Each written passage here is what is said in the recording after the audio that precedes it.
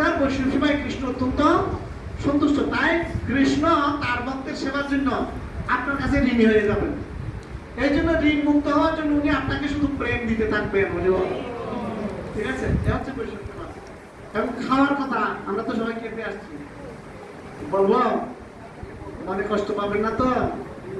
কিন্তু কম কথা, অল্প কথাই সারবো।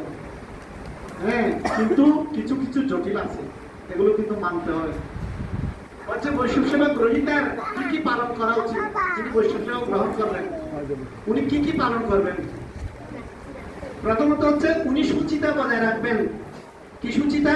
উনি অবশ্যই স্নান করে, এরকম তিলকাদি করে, শুদ্ধ বস্ত্র পরে, মানে পরিষ্কার বস্ত্র পরে উনি বৈষ্ণব সেবায় আসবেন। উনি যাতে কোনো কিছু আহার, আমিষ আহার করে, এই করে সে করে স্নান না করে না আসেন। শুদ্ধ, এটা আমার কথা বলছি না ভাই, এটা শাস্ত্রের কথা বলছি। এই জন্য উচিত হচ্ছে বৈষ্ণব সেবায় আসতে হলে যাতে আমার শরীর পবিত্র থাকে, শুদ্ধ থাকে, আমাদের বস্ত্র যাতে কি থাকে, শুদ্ধ থাকে।